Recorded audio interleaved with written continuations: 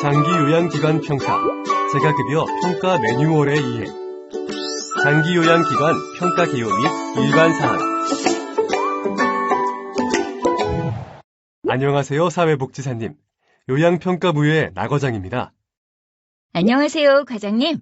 저는 방문요양 서비스를 제공하는 장기요양기관의 사회복지사 나복지입니다.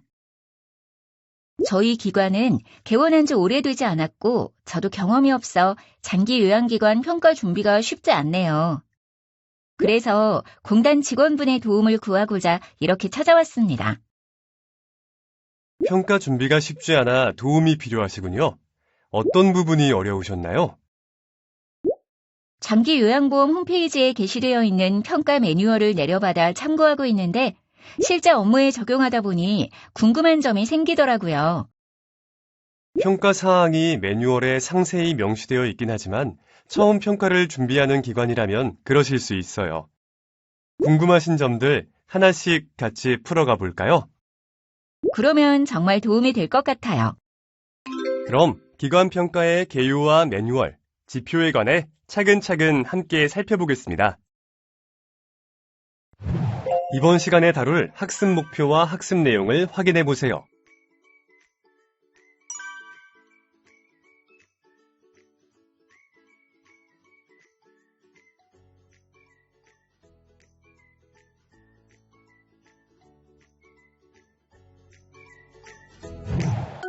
(1) 장기요양기관 평가 개요.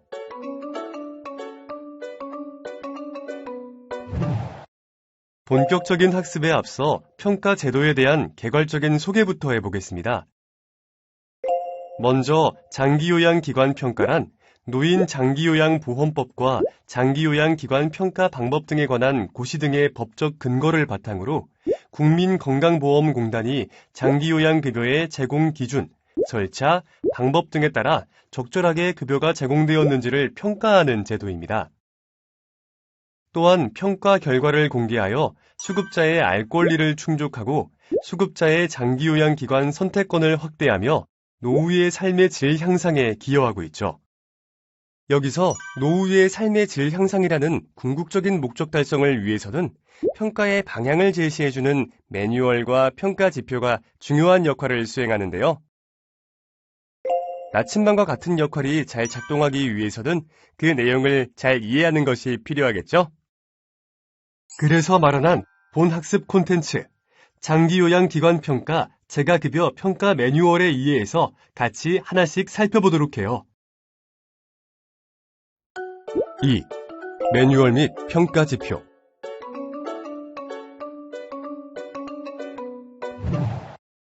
이번에는 2023년 재가급여 평가의 매뉴얼과 평가 지표에 대하여 본격적으로 알아보겠습니다.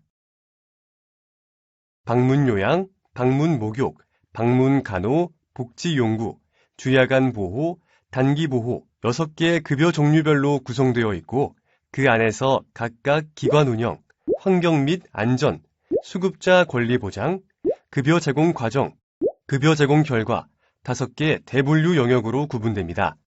각 지표는 방문요양, 방문목욕, 방문간호 각 34개, 복지용구 28개, 주야간 보호 48개, 단기 보호 46개로 이루어져 있어요.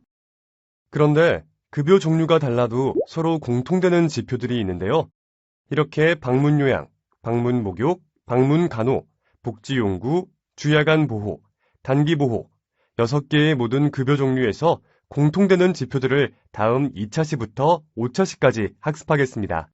이렇게 교집합되는 공통지표 외에 각 급여 종별마다 고유의 지표가 있는데 이것을 단독지표라고 칭하고 있어요.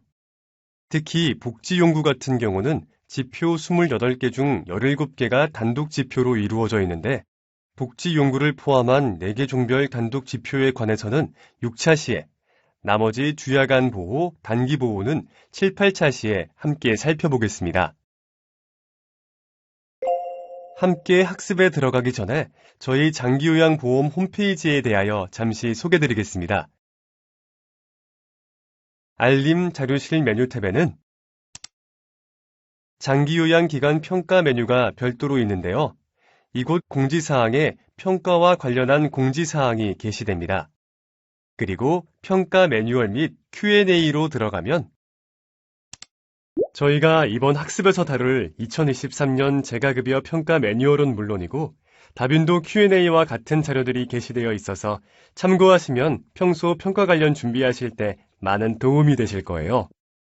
재가급여 평가 매뉴얼의 전체의 모든 내용을 짚어주는 영상 교육 자료는 별도로 게시되어 있는데요. 종사자 마당, 기관 종사자 교육 코너, 직무 관련 자료실 메뉴로 들어가시면 게시번호 60044 게시물로 확인하실 수 있답니다. 평가를 처음 준비하시는 기관 종사자분들께서 조금 더 쉽고 편하게 매뉴얼과 평가 지표에 접근하실 수 있도록 이번 학습 과정은 모든 지표를 다루지는 않고 핵심적인 지표 위주로 선별하여 비교적 짧게 구성해 보았습니다. 그럼 매뉴얼의 일반 사항부터 같이 살펴볼까요? 3. 매뉴얼 일반 사항.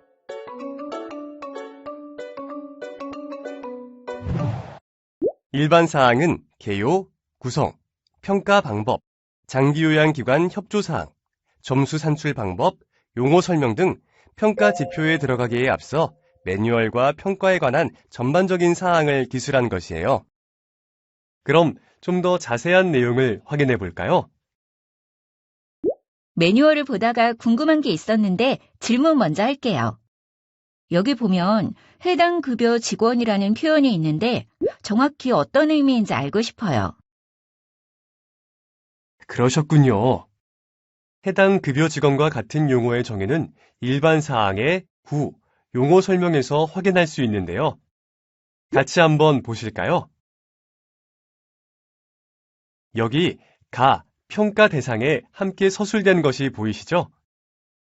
해당 급여 직원은 해당 급여 종류의 특별자치시, 특별자치도, 시, 군, 구에 등록되어 근무하는 모든 직원을 의미해요. 좀 더 구체적인 예를 들어줄 순 없을까요? 예를 들어 급여 종류가 주야간 보호라고 가정해 볼게요.